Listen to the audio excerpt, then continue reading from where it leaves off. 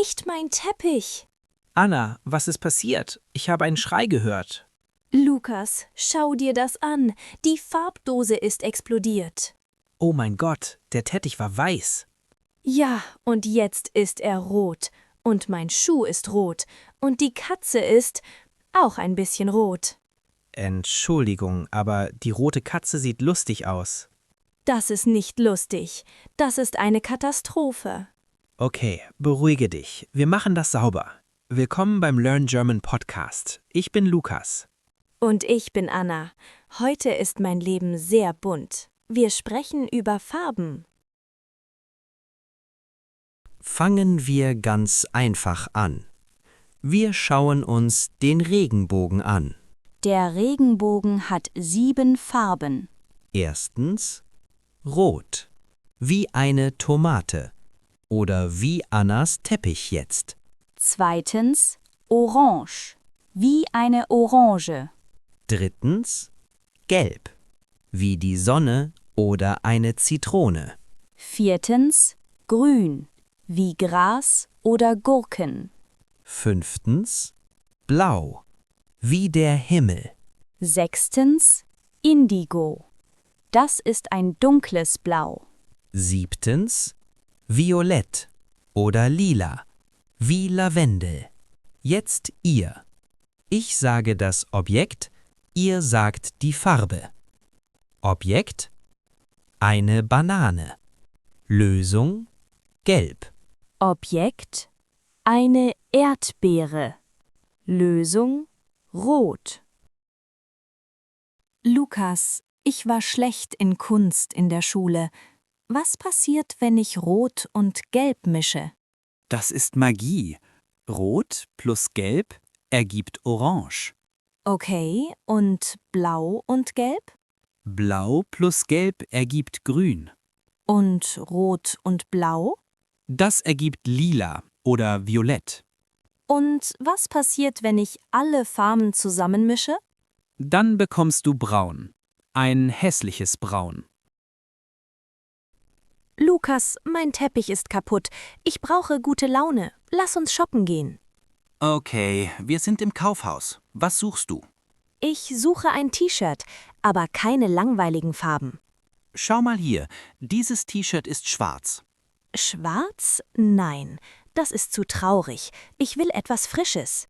Wie wäre es mit diesem hier? Es ist türkis. Türkis ist schön, aber hast du das auch in rosa? Entschuldigung, haben Sie das T-Shirt in rosa? Nein, Anna, nur in türkis und beige. Beige ist eine Oma-Farbe. Komm, wir gehen zur Hosenabteilung. Okay, hier sind Jeans. Wir haben dunkelblau, hellblau und grau. Ich nehme die dunkelblaue Jeans. Das passt zu allem. Und dazu kaufe ich einen goldenen Gürtel. Gold, wow, du bist heute sehr mutig. Ja, Gold und dunkelblau. Das sieht edel aus. Wir haben im Geschäft wichtige Wörter benutzt. Wir müssen präzise sein. Wenn eine Farbe viel Licht hat, sagen wir hell, hellgrün, hellblau. Wenn eine Farbe wie die Nacht ist, sagen wir dunkel, dunkelrot, dunkelgrau. Und wenn eine Farbe sehr intensiv ist? Dann sagen wir Knall oder Leucht, zum Beispiel knallrot oder neongelb. Wiederholt nach mir. Der Himmel ist hellblau. Die Nacht ist dunkelblau. Die Warnweste ist neongelb. Farben sind Gefühle, Lukas. Ja, jede Farbe hat eine Energie. Lass uns über Weiß sprechen. Weiß ist Reinheit, Unschuld. Eine Braut trägt oft Weiß. Aber im Krankenhaus ist Weiß steril. Was ist mit Grau? Grau ist neutral, aber auch langweilig. Ein grauer Tag macht mich müde. Und Grün? Grün ist Hoffnung, grün ist Leben. Wenn ich im Wald bin, fühle ich mich gesund. Liebe Zuhörer, welche Farbe macht euch glücklich? Denkt kurz nach. Jetzt mache ich das Licht dunkler. Ich erzähle euch eine Geschichte. Die Geschichte von der Stadt ohne Farben. Es war einmal eine kleine Stadt im Tal. Diese Stadt war sehr ordentlich, aber sie war traurig. Warum? Weil alles grau war.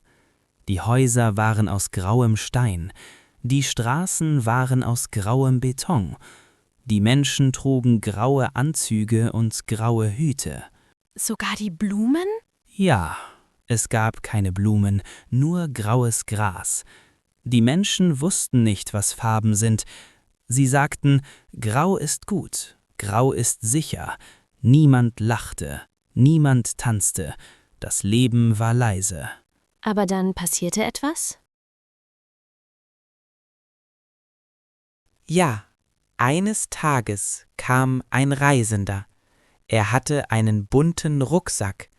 Er setzte sich auf den Marktplatz und holte eine Frucht heraus. Es war ein Apfel, ein knallroter Apfel.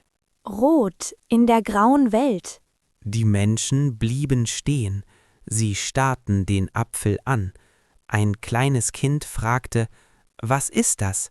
Es leuchtet.« Der Reisende lachte und biss in den Apfel. Dann holte er blaue Kreide aus der Tasche.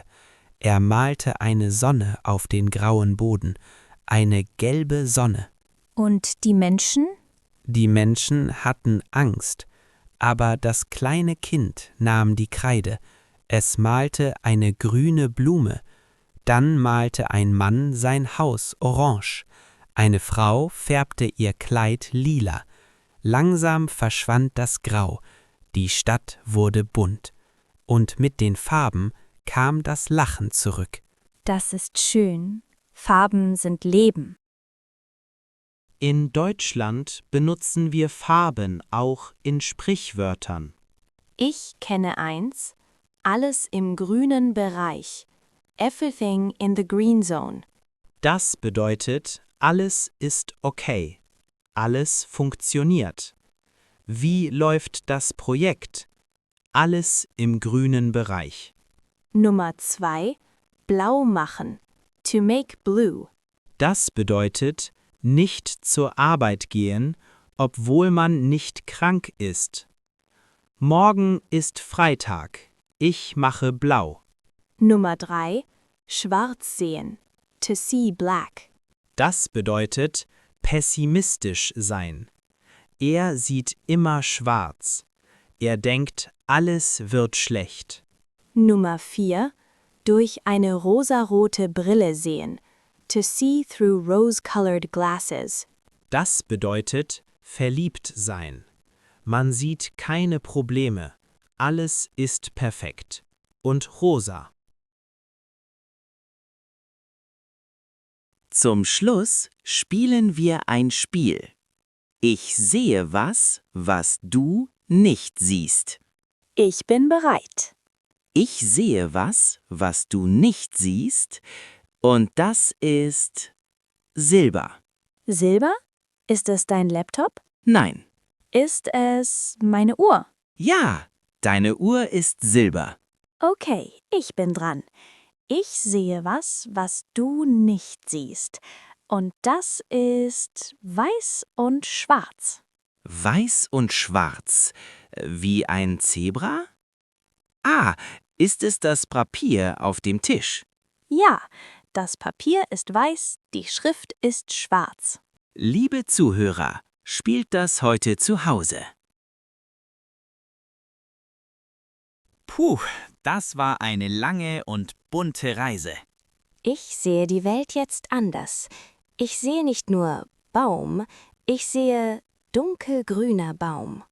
Eure Hausaufgabe für diese Woche. Beschreibt euren Tag in Farben. Was esst ihr? Rote Tomaten? Was tragt ihr? Blaue Socken? Und für mich, ich muss jetzt Teppich reinigen. Mein schöner roter, weißer Teppich. Viel Glück, Anna. Danke fürs Zuhören, liebe Freunde. Macht euer Leben bunt. Tschüss. Auf Wiedersehen.